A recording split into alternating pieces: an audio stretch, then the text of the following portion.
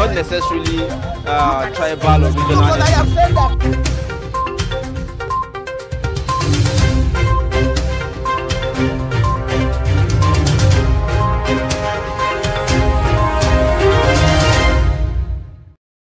Welcome back and thanks for staying with us. You're still watching Daybreak on Trust TV, and it's right now time for the newspaper review. And in the studio we have our guest and analyst, Ali M. Ali, Deputy President, Nigerian Guild of Editors, joining us for this segment. Good morning and thank you for joining us, Ali M. Ali. And Abdulaziz. It's All good right. to be here again. So right about now we will begin with checking the front page of a Daily Trust newspaper, and we have the lead story here that talks about the Kaduna train attack, how ransom blockade triggered hostage beating video, and we have writers that say presidency reacts as terrorists threaten to abduct Buhari, vice president others. Federal government attitude boosting their confidence, say security experts. Video sign of state failure, negative verdict on federal government, says Northern Group. And you can find details of that story on page 4 and 5. And just below the story, you have a pictorial, of some of the scenes of, the video. You can actually find in the video. All right, more stories on the front page of Daily Trust newspaper. Daily Trust economists urge federal government to improve coordination, graft fight, reconsider 6.2 trillion naira subsidy. We also have prepare for flood. NIMET tells Northeast, Southwest states. Government policies responsible for Nigeria's high inflation, says World Bank chief. And, these are some of the stories on the front page of Daily Trust. Now, just before we move on to the next paper, we'll just like to have our guests' thought on, the lead story, talking about, the Kaduna train attack and how, a video, came out, went viral of them being flogged. Well, you see, since yesterday when that video, that footage went viral, you see a lot of reaction. And Nigerians have been expressing their, some say even disgust at, especially the federal government, that this citizen innocent has been in the hands of their abductors for upwards to 120 days. And so far we've not seen, apart from some of them being released piecemeal and maybe following negotiation with their family members, the others have remained largely. But you see, even the brutality or the brutalization of some of the victims in the video shows, on my own understanding, is that the abductors, they are also becoming,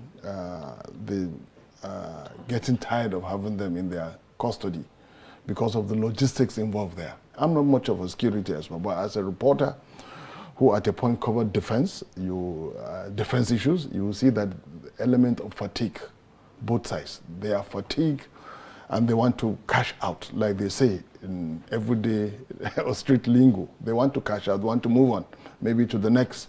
They've made their point, and clearly, from what transpired not too long ago, what happened, especially with the jailbreak in Kuje, and as reported severally by mainstream and even social media, that actually they freed their members when they abducted these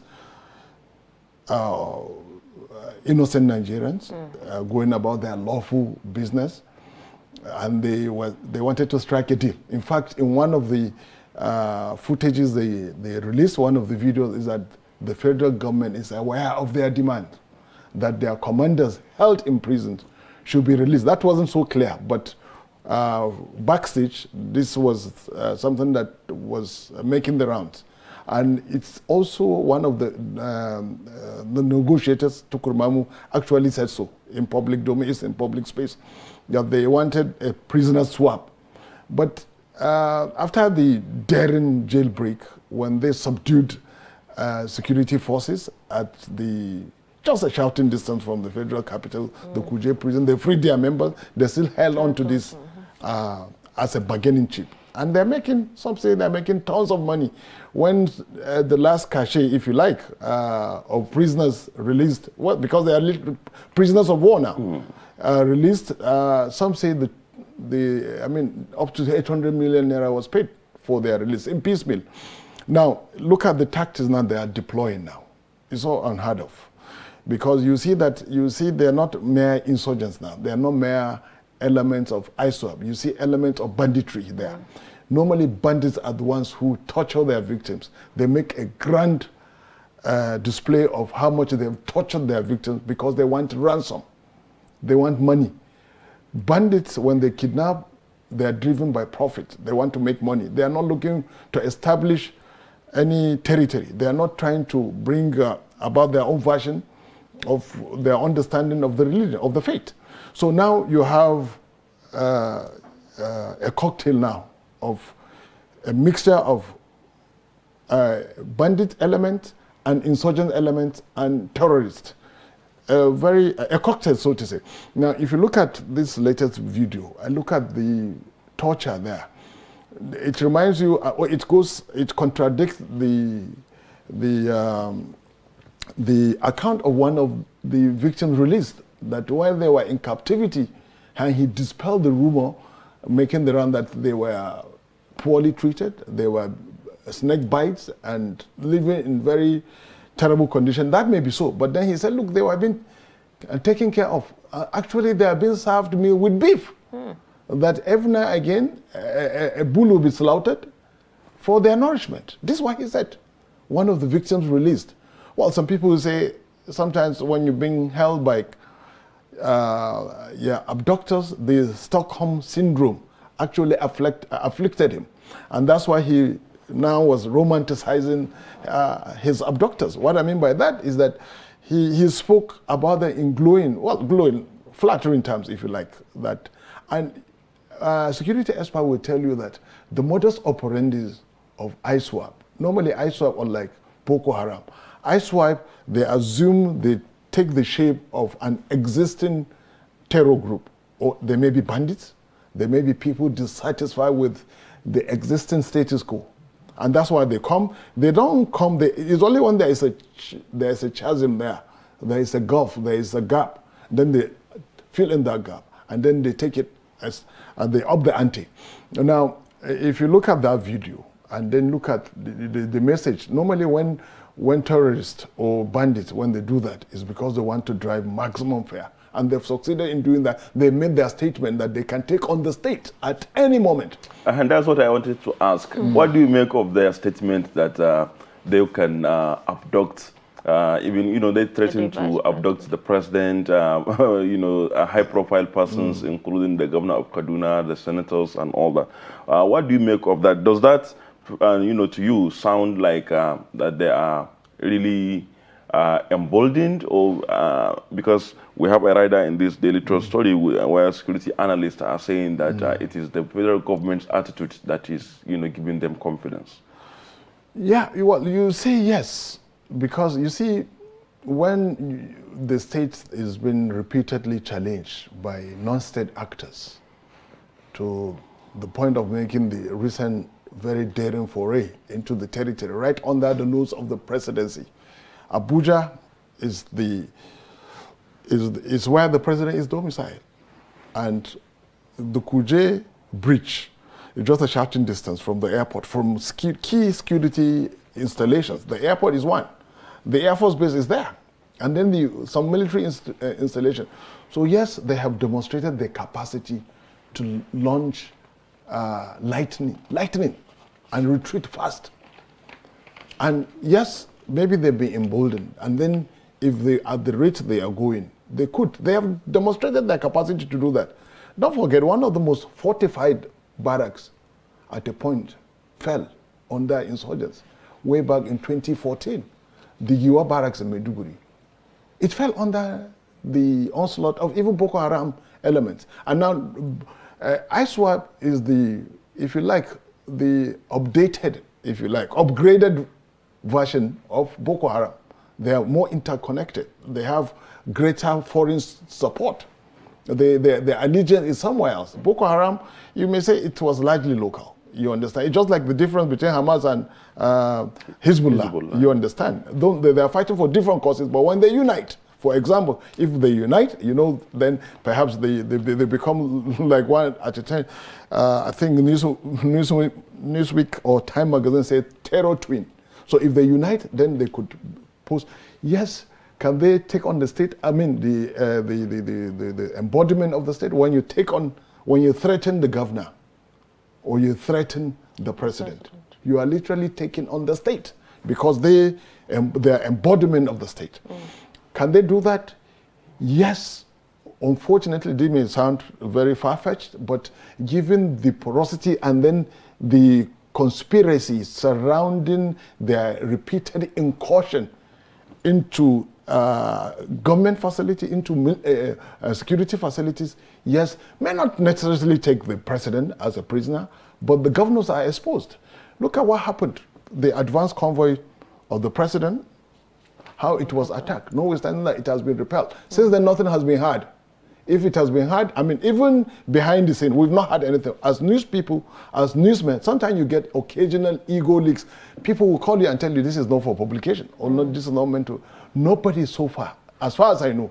And I think some of us have, I mean, there are people who feel comfortable enough to share certain information with some of us. Now, you see, the Nigerian state is weak. It's very weak. This much is very obvious. Our security apparatus is stretched to the limit. We are outgone. That's a fact. The only difference between the state now and insurgent element and those who occasionally breach state security is lack of territory. There is no, they don't have territory. And this is the nature of terrorists.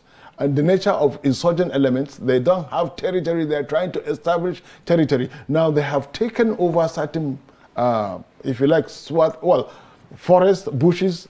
The government may say they know where they are. At least RFI every now and again says that. But the government has not demonstrated any capacity to take on these people, infiltrate their group, then find a way to undermine them, set them, you know, they're okay, against themselves. Exactly. We still have the president saying he has ordered service chiefs to end terrorism. Is that happening anytime soon? Well, you see, this is the thing I don't understand about the presidency, everything. Look, you give order, then you go to sleep. You have certain targets, certain goals. When you are a marketer, you are given certain goals. Meet, if you don't, then you ship out. You either ship up or you ship out. And you give your service team repeated target. They are not there, they come short. Anytime they come short, anytime there is a security breach, see, people say peace, and I think I'm trying to quote this writer, it's not the absence of conflict, but the presence of justice. Yeah. You understand? That's his peace. Now, justice, I mean, what we have here is that I had expected by now, after the Kuje jailbreak, and indeed so many other instances similar to that, when the president would say, I have ordered you to end security, take the battle to them, take it to their doorsteps, stop being defensive, be on the offensive. By now, I had expected that each time these breaches happen, some heads will rule. I will see the president kicking some backside. You understand? But nothing is happening, which means to us ordinary folks that the president is actually in the know of, he's satisfied that actually it's not the fault of the service teams, that there are some, perhaps, other cog in the wheel of counter-insurgency that we have not been, we're not in the know. So it's not enough to give target. The essence of leadership is that when you give targets, you also monitor. You expect that if you fail, then you'll be kicked out. This is expected, yes. The Daily Trust has a front page comment on the new NNPC, the metamorphosis of the NNPC from a government enterprise to a commercialized enterprise that is for profit making. Of course, as the title of the editorial shows, that it must indeed be new. What are your thoughts about this? Some people say it's like old wine in new bottles. I don't know what are your thoughts. Well, you took the word right out of my mouth. You understand, old wine in old bottles, new wine in old bottles. The thing is the same, nomenclature. We've seen that happen. You see, you may change the name, you may change the face, but not the fate. What I mean, change the name, what is in your name after all? You understand? Who are those drivers who are going to drive the process? You understand, elsewhere, if you look at even Saudi Arabia, for example, people make that routine. Aramco, for example, in Saudi Arabia. Some of the biggest oil companies in Brazil, state-owned, but then run as a business. Even if you go to China, state economy is being run by the state, but then is run as a business. We don't do anything here as a business. It's business as usual. So the change in name may not be a change in fate.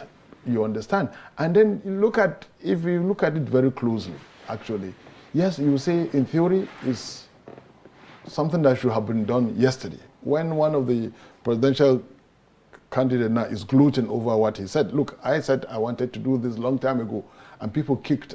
Actually, they said he was going to sell it to his friends. But you see, it's because we've not managed national assets very well. We've not managed over time. Government has shown poor handling of state-run companies. What happened to Nigeria Airways, for example, the national airline? At a point in the early 70s and even late 60s, the Nigerian Airways was the beacon for Africa. But so many years then, mismanagement, usual suspects, mismanagement, gratification, having round pegs in square holes, the usual run Nigerian Airways aground. What we have now is a logo. We made this elaborate show of unveiling the Air Nigeria. What happened to Air Nigeria? It has remained a mere logo. The same, unfortunately, this is my own cynicism because we've seen it once too often. So, like the editorial of Trust now is raising this question that it must really be new.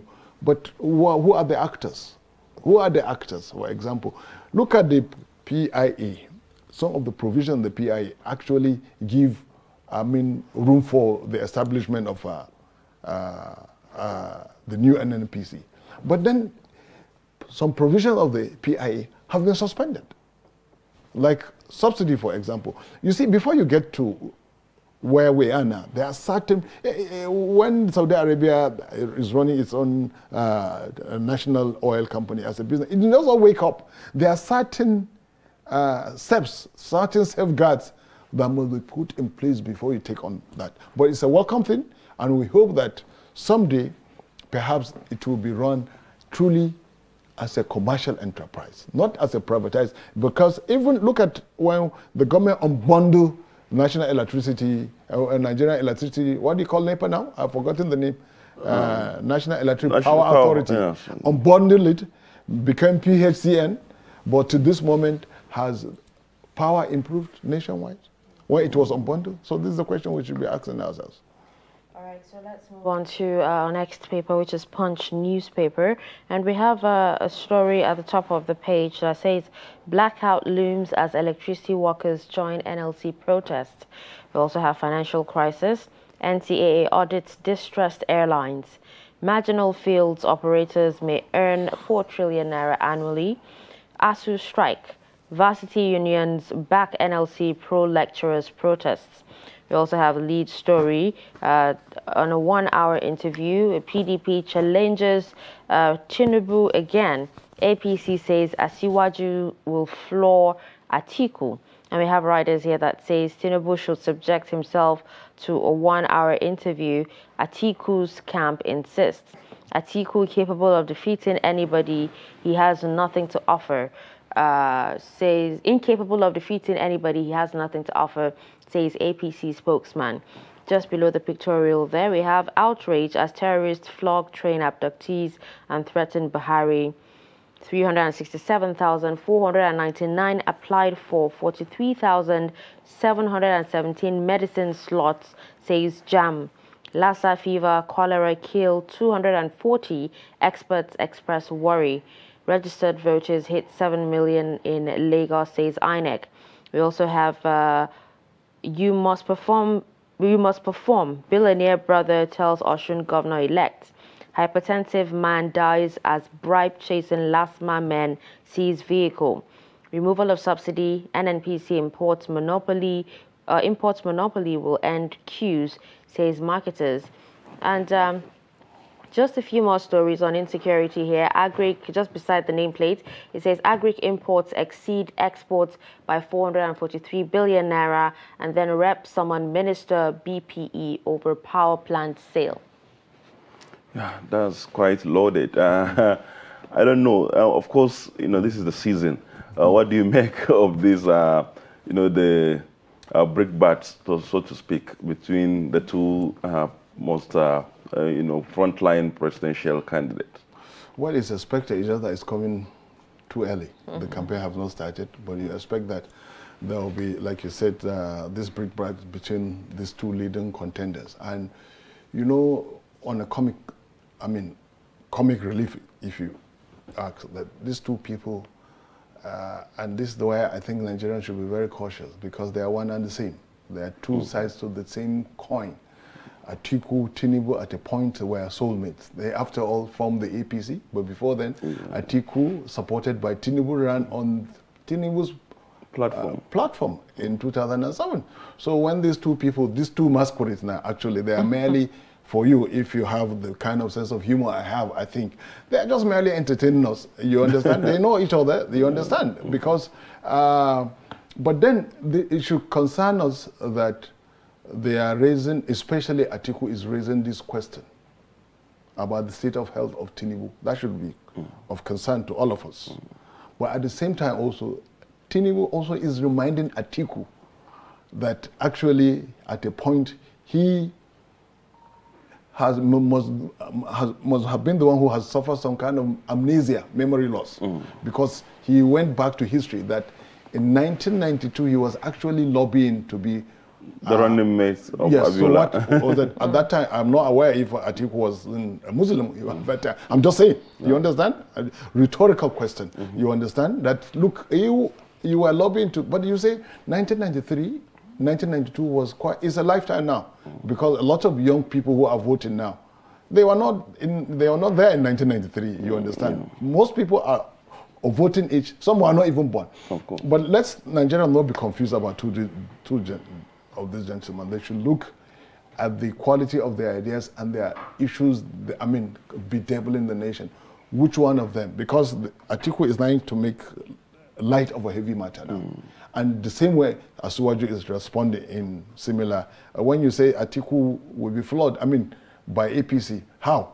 How are you, what would the APC campaign to Nigerians? People ask this question. How will the APC convince Nigerians? After 7 years now, we just finished talking about the insecurity. It has become, Nigerians have resigned themselves. The Northwest, where the president comes from, is effectively cut off from the rest of the nation. You can't fly because the cost of air is so prohibitive.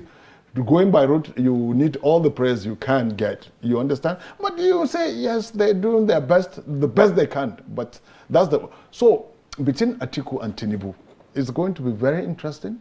And it's already engaging enough. If you look at it, in a way, you will say both they have their valid, they have valid arguments about the same faith ticket. But I think Nigerians should go past this now. Like, I think Pastor Adeboye now, even Matthew Hassan Kuka. And I've said it before, I said Tinubu is the most integrated politician. If he so chooses, he can make the Muslim ticket, the conversation around it, acceptable. He can deploy whatever. He has a big media empire. He has a lot of PR specialists and strategists, just like Atiku. Both of them are men who have been marinated in real politics, you understand. It's just that one has an edge over the other one, but I won't say who. Okay. Now, let's actually talk about, the ASU strike, and the protests that the varsity unions, have actually backed the NLC pro-lecturers protest. Now, this strike is actually going to 6 months now. Will these protests actually change anything? Well, I think the protest will put maximum pressure. It's just another way of putting pressure on the government to capitulate and perhaps listen to ASU. And even ASU, in a way, you can understand from the body language, they're also fatigued because they've not been receiving a penny in the last couple of months. But you see, when through elephants they say fight, is the guard that suffers. Is some of us parents who have kids who are now staying home, they are not useful to us. You understand? All parents who have kids undergoing undergraduate courses, they know the brunt they are bearing this moment. Now, you look at it, and unfortunately, this government, unfortunately, has not handled the ASUU matter very well. It has not. And then those who are the government is unfortunately saddled with the responsibility of resolving this conflict, namely the Minister of Labor. The Minister of Labor has no skill in negotiation. Absolutely. In fact, he has. If I were the president, I would have long ago asked him to step aside. And then, unfortunately, the Minister of Education too has, well, when he was on the other side, he seems to be so knowledgeable, vast in tackling the problems confronting us. Now, given the opportunity to do that, the man has actually shirked that responsibility. Unfortunately, both the Minister of Education and the Minister of Labor are a product of public education, and they're not paying back in time. History will record them as people who had the opportunity to resolve this lingering crisis. When you destroy public education, you're destroying the entire nation. Countries that have moved, attain greater heights, attain economic sovereignty, and even if you like political sovereignty, countries like Malaysia, like India, is because of the quality of public education. Now, what we have now, these people clearly, because they are making room, they are creating room for the rise of private university, which, if allowed to flourish, children of ordinary folks like myself may not be able to afford it. That's why we have our kids now. Some of them, they have their kids studying abroad. And they are creating increasingly a Nigeria that may not be sustainable when you have a highly educated kids of the influential, the powerful, who have access to state resources, and then those who remain, their counterpart who remain at home, poorly educated because public education has been destroyed. Then you are certain in 20, 30 years, just like what we are reaping now is the net result of 20, 25 years of negligence. And this is exactly the danger confronting us. 6 months, that is nearly 2 semesters. That's nearly a year gone. And our kids are staying at home. We can't take them, we can't have them in private university because we don't have the resources, and we can't send them abroad because look at the value of the dollar now. So, both these gentlemen, the Minister of Education and the Minister of Labor, history, if they fail to resolve this dispute, and if you look at the demands of ASUU, what is ASUU demanding? They're not even demanding, look, if they had their way, if the government eventually hike tuition, introduce tuition, it may not be affordable by a vast number of Nigerians. And like I said, these gentlemen are products of public sector education. The Minister of Education graduated from ABU. Minister of Labor, I think from University of Nigeria in Nsukka or thereabout. You understand? But look at them, their engagement. They are not even listening to ASUU. Well, another story related to education on the front page of the Punch is the one saying that 367,499 students applied for 43,717 slots to study medicine in Nigerian universities. That's a shortfall of over 300,000. Yeah. So, like, what do you make of it? Why is the problem? Because of course I know every year JAMB only can admit only a fraction. The universities can admit only a fraction of Nigerians. It's the net result of planlessness. This did not start today. Way back in the 1960s, in fact, the 1950s, it's emerged that every year secondary school in the southwestern Nigeria, where Western education first dock. When the ship of the colonial ship dock, it's actually dock in the southwest because of its access to, the sea access, So even at that time, they were turning more students from secondary school than the university can absorb. So what do? You sit down, you plan. They say, he who fails to plan, plans to fail. Over the years, and we know the demands. And that's why, to this moment, you see, part of the element of state failure is when you don't plan. You can't anticipate, you don't anticipate growth. You don't know what are your demands. So you do that blindly. And that's why the demand especially for core professional courses like medicine, for example. And that's why the standard is very high.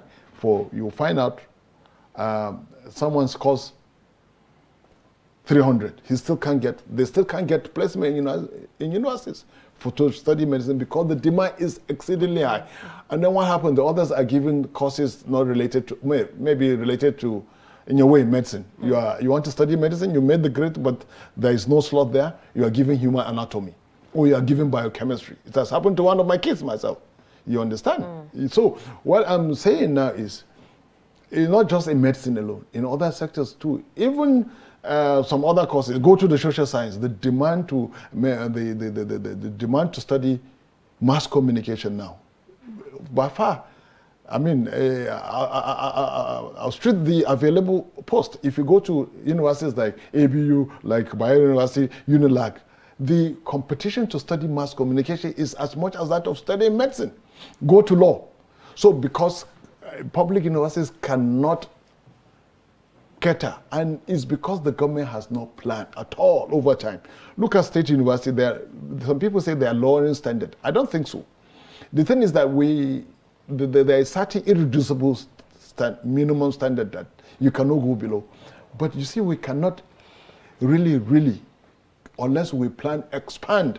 And this is how, I welcome private university, the intervention there. It's just that private universities, sometimes they are more interested, just like anytime we privatize. We've seen private hospitals, they're charging more than service rendered. You understand? Sometimes it does not, especially in Nigerian climate, because regulators don't really enforce. Standards are lowered.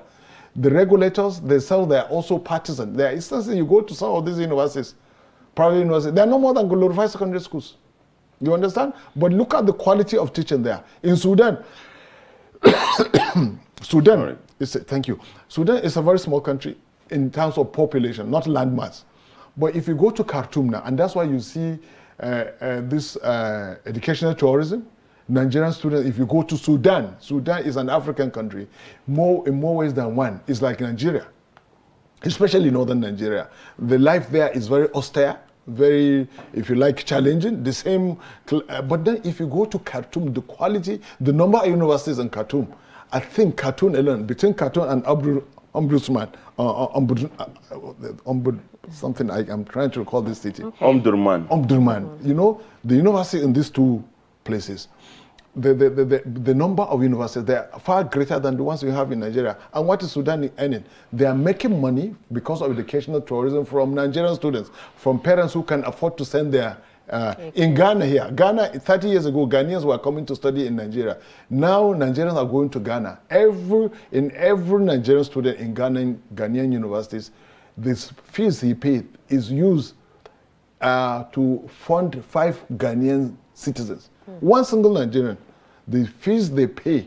And look, even in places like Malaysia now, if you take Malaysia, you take public schools, public funded universities, are if you like, the Ivy League universities. They are the grade A universities, not like privately run universities, because privately run universities are looked down upon. But in Nigeria, it's become a badge of honor to say you're attending a private university. All right, let's quickly take on Blueprint newspaper.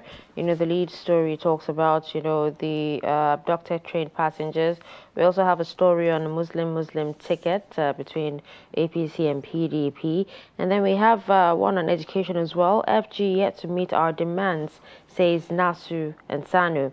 And we have this one on AFDB board approving $134 million loan for food production in Nigeria.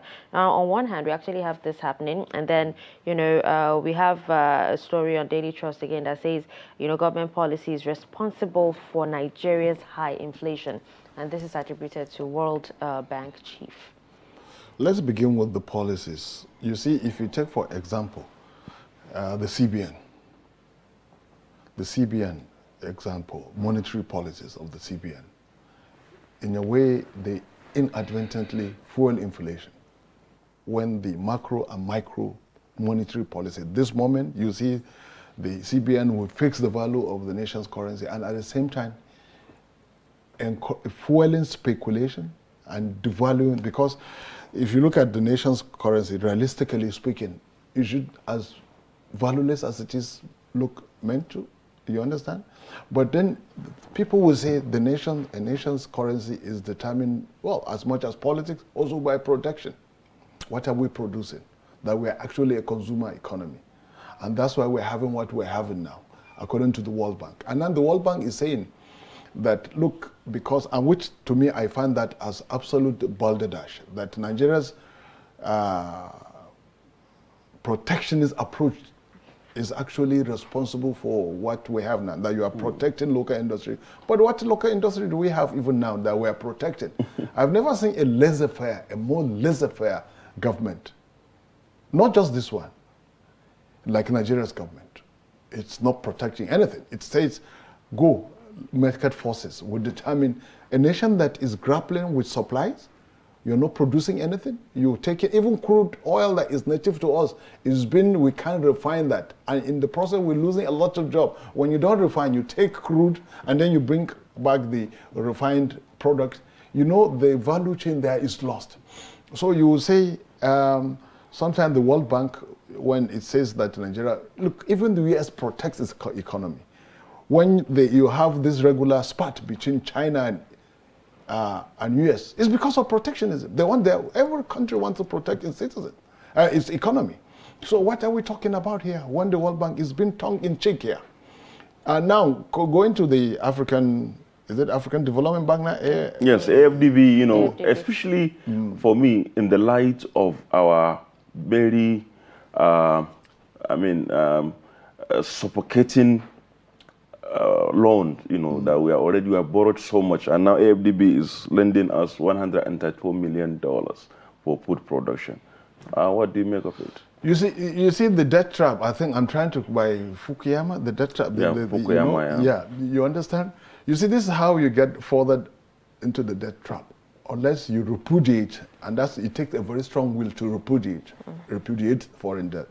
And so many variables will come to play. You see, a country that is blessed with vast arable land like Nigeria, and with largely agrarian society, especially in the northern part of the country. Now you are also borrowing. It's just like you are borrowing. When you borrow to invest in critical infrastructure, that's understandable. But when you borrow for consumption, that is a no-no. Economists will tell you that. I'm not much of an economist, but as pedestrian as my knowledge is about the economy, you know that this is someone somewhere is being clever by taking that kind of loan. You're not helping the country. Why? How are you even with the raging insecurity? Farmers can access their farms in some other parts of the country. Farmers are paying taxes to bandit elements. So now you're borrowing. You understand? So we've been inadvertently, we're not thinking this through. This is the time we want to apply the brakes on, especially now that it come to the fore, that the nation is actually broke, that our revenue, our earnings cannot even cover our recurrent expenditure. That should tell you that this red flag is not real. You understand? When you are earnings, when you spend much more than you earn, even at the micro level, at the individual level, when you spend much more than you earn, then you know you're going to remain in that vicious cycle of debt trap. All right. Yes. So we actually have to end the newspaper review, right now. Thank you so much, Ali M. Ali, for joining us on the show today. Thank you, Sena. Thank you very much. Yes. All right. So that was Deputy President, Nigerian Guild of Editors, joining us on the newspaper review on Daybreak. We'll take a quick break, and when we come back at the top of the hour, the show continues. Not necessarily tribal or regional. I have said that